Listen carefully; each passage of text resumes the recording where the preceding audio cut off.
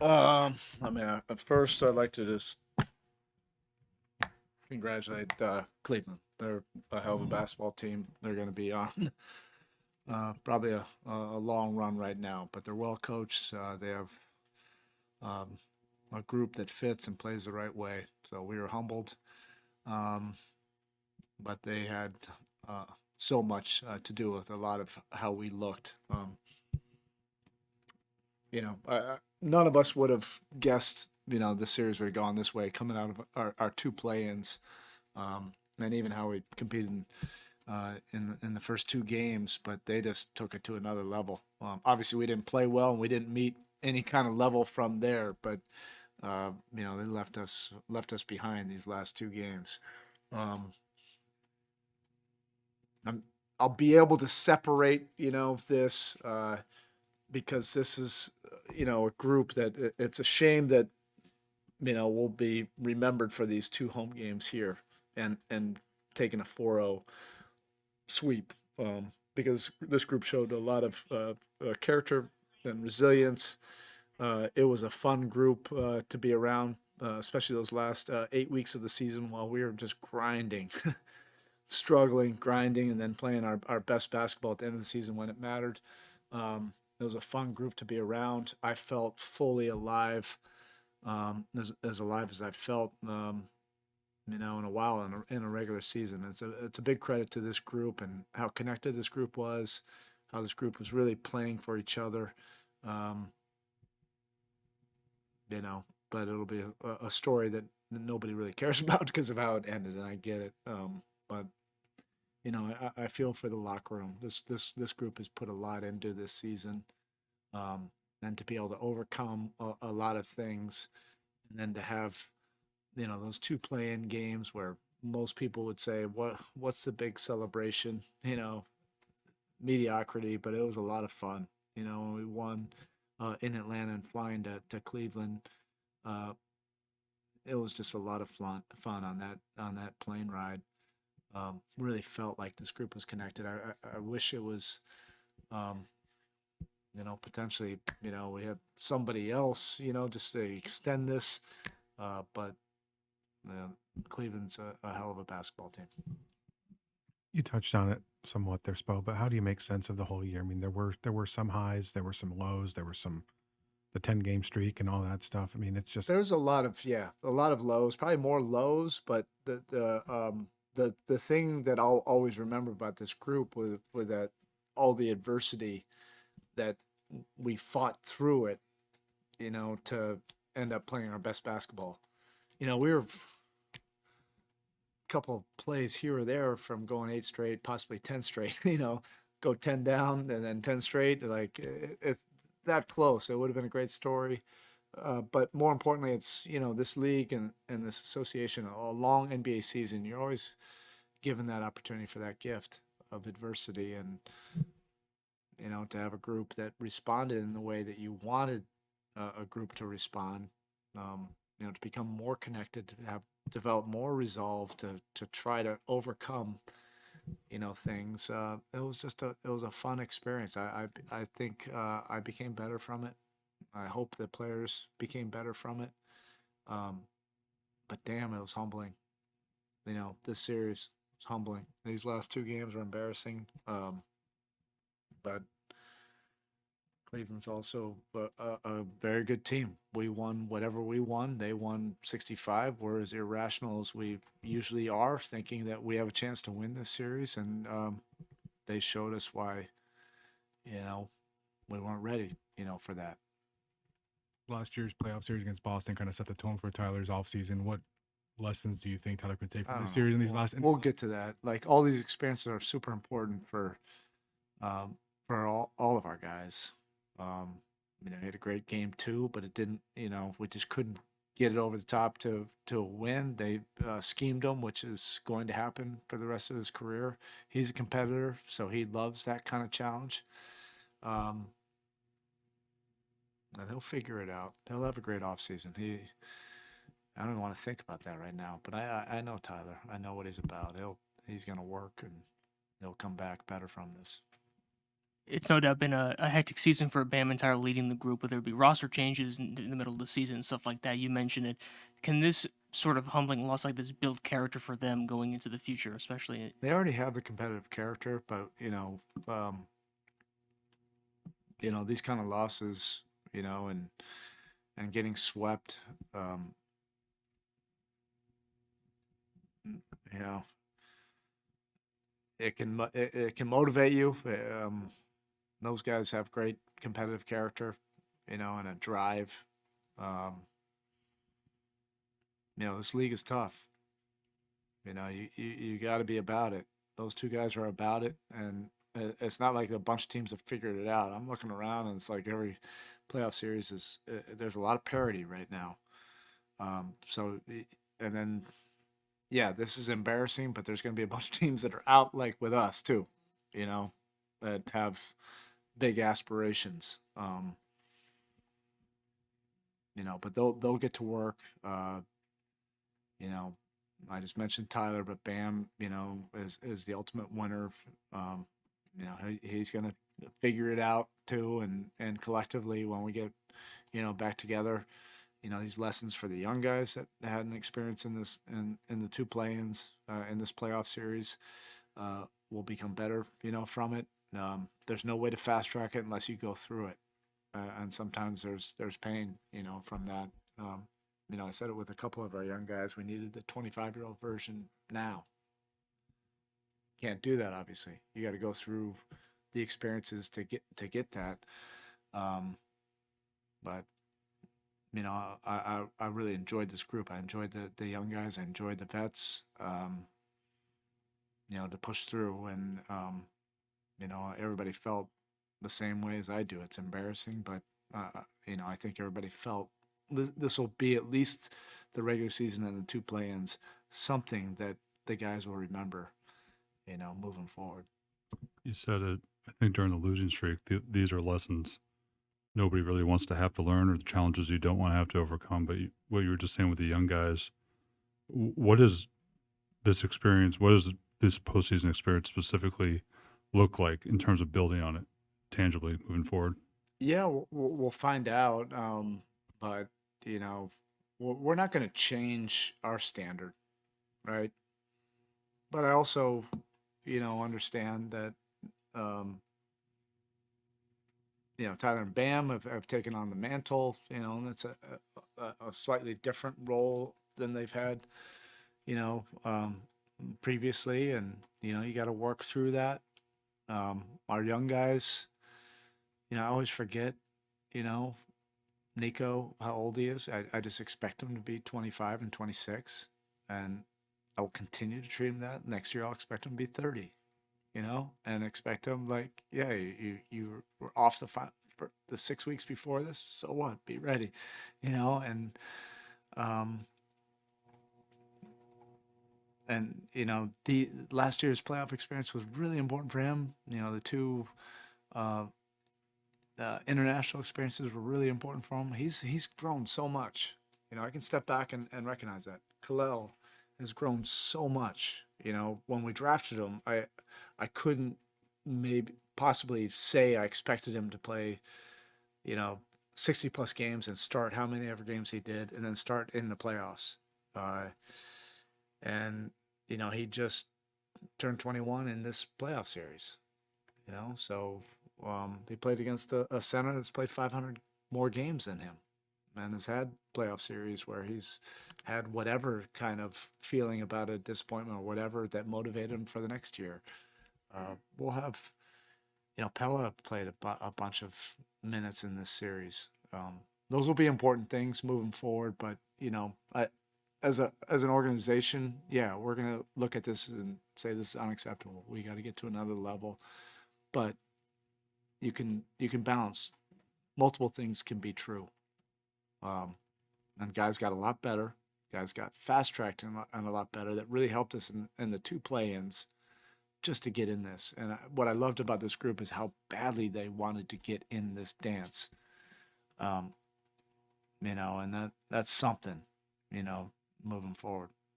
You spoke pregame about Khalil and the value of playoffs, and then you pulled him 3 minutes in, didn't put him back until late. What happened with Khalil at the start, and why did you make that decision? I mean, it was just a quick run. It's not necessarily an indictment on one player, but it was, these are fundamental lessons that the thing I like about Khalil is he has a coachability to him. He has an ambition to him. He's going into a playoff series where, yes, he's watched games and he's watched all the film, but he hasn't like really been in something to really know. He's playing against a very experienced center, and I don't know how many. I think he's been in 21 playoff games or whatever, Allen. But like I said, he's played 500 more games. But all these little lessons, creating a lead, like how to get the ball, trying to run a play, pick and roll coverages, and then the adjustments, all the little nuances that happen in a playoff series. It's different than the regular season. And until you go through it, you don't really understand it. I wish this could have been more games because I want even more experience, more lessons, all that stuff. But it didn't happen that way. We were talking about that plane ride after the play-in. You've competed, you've had all these huge moments over the years, but how important are those moments just looking back over the course of a career or just building a team? Yeah, like you want, something to matter. This didn't matter the way we wanted it to, like ultimately, because we're hardwired to compete for, the ultimate prize. But that was something that was hard earned. Can't pay for it. Can't get it on Amazon. A group came together, had a bunch of adversity, a bunch of losses. It could have been much easier to, just fall apart. But instead, like I said, come together and not look at it cynically. It was more viewed as an opportunity. Hey, we can go do this. Now we're gonna have to do this the hard way and win 2 games on the road, be the first team that had done it. But he had a team that rallied around that energy. And we had those 2 wins, and it was just a fun plane ride. It's a plane ride that I'll remember, the rest of my career. And that's why we're irrationally thinking like, hey, this is going to continue. There's nothing to suggest in our prep, these last 2 practices and shoot-arounds, that the 2 games would have ended up like this. There's nothing. And I'm going to spend all summer, over-analyzing everything, but there's no way I could have predicted that. And it shouldn't have been like this. I know that for damn sure. It'd probably been 2 L's, but not like this. But Cleveland is a damn good team. Okay, thank you.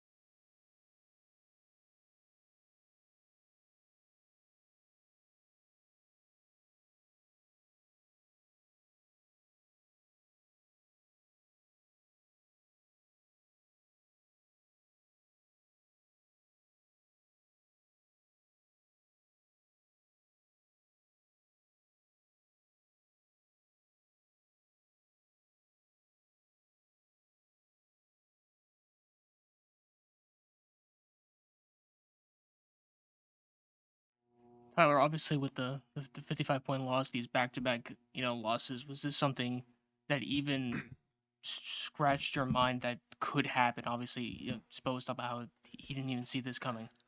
Yeah, it was obviously, leaving Cleveland. We came back to Miami. We definitely didn't expect this. Tough, last two games for us, both, 40-point, 50-point losses, really no excuses for it. It's embarrassing, and definitely humbling, a lot of work to be put in, and have a good opportunity to come back obviously next season and try to figure this out. Tyler, for all the changes you made in your game after the Boston experience last year. And there were successes with those changes at times in this series, but overall, with how Cleveland defended you, what are the lessons now you take out of this series? I just gotta watch the film and see what I can do to get better. Obviously, the last two games, it's very tough on me to play like that as the leader of the team. That's obviously not acceptable, and it's got to be better. Now that you guys have obviously been through a lot this season, just from the start of it, how would you kind of sum up what the season has been like for you guys? I mean, it's a lot of it's a roller coaster, ups and downs. At different points, we thought um, we were finding a little traction, and then a couple great games, and then it'd go back downhill. So there's no real consistency in our play. And that was kind of the last 2 or 3 weeks. We played really well in those 2 playing games to get us to this point. And that's kind of what led us to think that obviously we didn't think we would have got swept how bad we got swept. And it was very humbling. But we'll back to the drawing board, and we figure out things to do. Tyler, what goes through your mind when it's whatever the lead's 29 in the first quarter and 39, whatever it was at halftime, and 60 in the fourth? Like, these aren't numbers you'd ever think of happening in an NBA game. What were you thinking seeing those numbers on the board?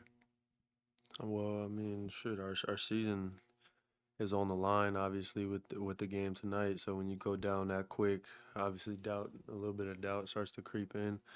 But like I said, none of us expected this.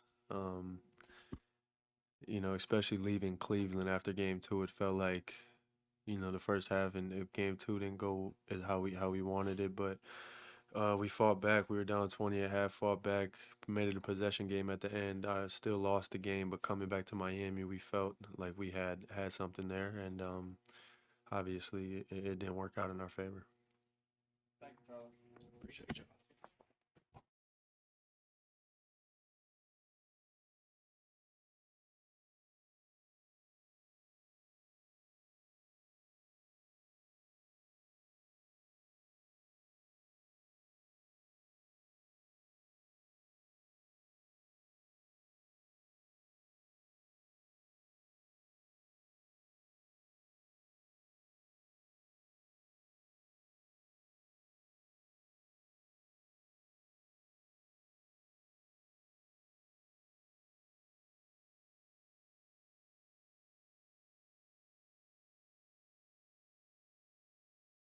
Said post game that it's a shame that this group is going to be remembered for this 4-0 sweep and these last 2 home games. Can you just kind of talk about just the general reactions coming off of that 55-point loss? We lost. Pam, what can you guys take away? I know we've asked a lot about how they were scheming, specifically Tyler, but in terms of how they defended you guys as a team, what can you take away from the series?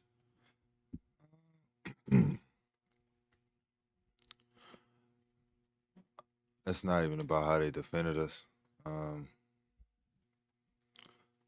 I felt like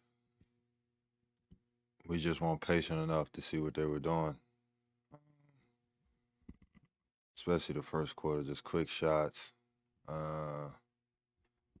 Just playing random basketball. And as you know, in the playoffs, it can get ugly. Pam, you said a few times that this has been the roughest season of your career. What now that it ended tonight, how would you kind of sum up what this season's been like for you and just the team? I mean, a lot of ups and downs.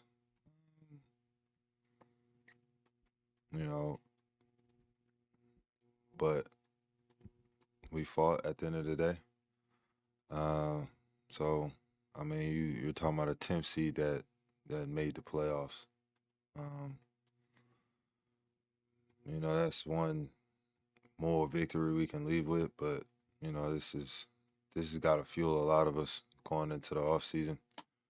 You got a lot of time to understand what happened today, look at and remember how this felt And then you come back next year and see what happens.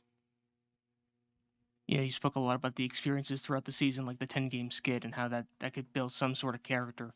Can you just kind of talk about maybe that being the one bright side from this all? Is that, again, going into next season is going to fuel you guys? Yeah, definitely gonna fuel us from that standpoint. Like I said, we gotta let go of this rope a long time ago. We could have quit during the 10-game winning streak and just been like, just cough up the season. The organization, the coaches, players, but we were obsessed with trying to dig ourselves out of the hole, and to push yourself to a point where you give yourself a chance. That's all you can ask for. From my point of view, with the younger guys watching, them understanding that you never know what can happen in this league. You put a little faith, and obsession into it. Bam, 2 straight years of losing in the first round, and obviously you guys hold yourselves to a higher standard than that. What do you think needs to change? What needs to change? I don't know. It's gonna be a lot of changes this summer. Just from my point of view, understanding how the guy with the silver hair works. So just be prepared for that, and for me, man, it's understanding. Gotta figure out how to win a game in the playoffs. You understand how hard it is when you actually get into these trenches. So you take that and you figure it out. Bam, obviously they take the captaincy around here very seriously. And, you have that title for a reason, but at the same time, you've probably learned along the way that there's certain things you can control and certain things you can't. How frustrating is it when you want certain things and just can't will them into existence, even with that captaincy? Like you said, man, it comes with the territory sometimes. Understanding that you can only control what you can control. For me, it's controlling the locker room, and that's trying to get guys ready for basketball games, which obviously I didn't do well at, especially this last game. So, going into this summer, I got a lot to think about, and how I can bounce back from this.